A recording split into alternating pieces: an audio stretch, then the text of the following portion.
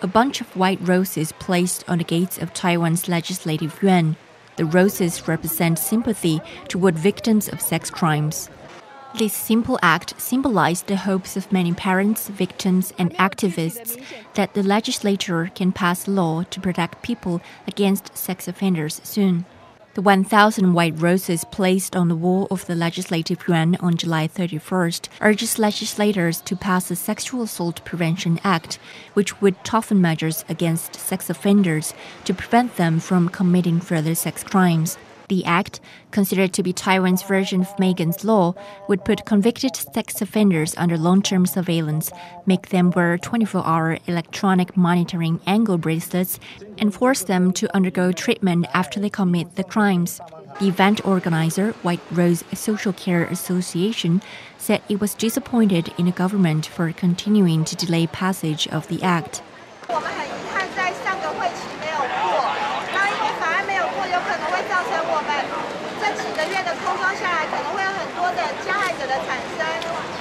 In the past year, Taiwan's public has been angered by a series of questionable rulings by judges in several sexual assault cases.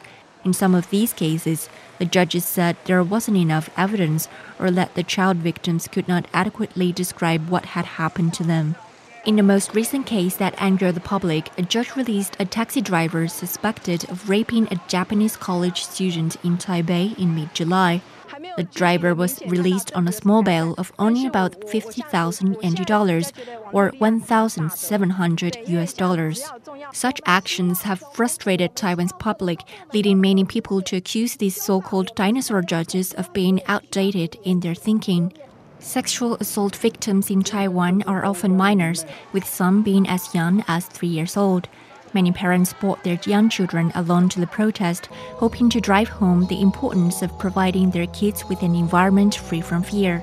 At the event, skits were performed to teach children how to protect themselves against sexual harassment or assault. The group later marched to the presidential office, where they again petitioned their case with a sit-in protest. Some legislators at the protest said they would do their best to quickly get tougher laws passed. However, government officials have said there are differences of opinion on the content of such a law. Lawmakers disagree over using chemical castration on sex offenders or on publishing their names.